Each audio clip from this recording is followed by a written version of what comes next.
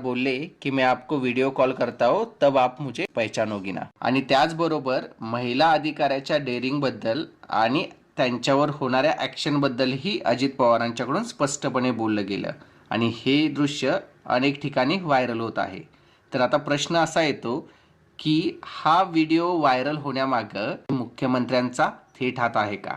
आणि याबाबत दुसरी गोष्ट अशी की अजित पवारांची आता अधिकाऱ्यांवर तेवढी पकड राहिलेली नाही आहे किंवा अजित पवारांचं धाक दाखवून आपल्या कार्यकर्त्यांची कामं करून घेण्याचं कौशल्य आता अधिकाऱ्यांवरती चालत नाही आहे। कामाचा दादा अशी प्रतिमा असणारे उपमुख्यमंत्री अजित पवार यांच्या या व्हायरल क्लिपमुळे त्यांच्या प्रतिमेला तडा जायला सुरुवात झाला आहे। अजित पवार हे धाक दाखवून आपल्या कार्यकर्त्यांची कामं करून घेत आहेत अशा पद्धतीचा संदेश आता सर्वांपर्यंत जायला लागला आहे। यातून अजित पवार